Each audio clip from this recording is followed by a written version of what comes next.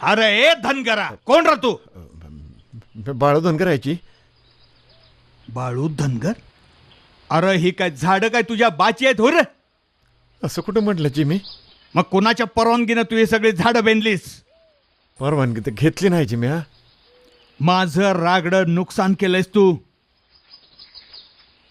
नुकसान तरी सांगा किती झालं? मी नुकसान भरपाई भरून द्यायला तयार आहे.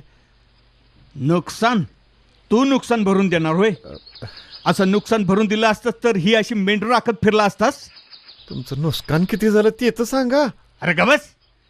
नुकसान किती झालं ते तर सांगा.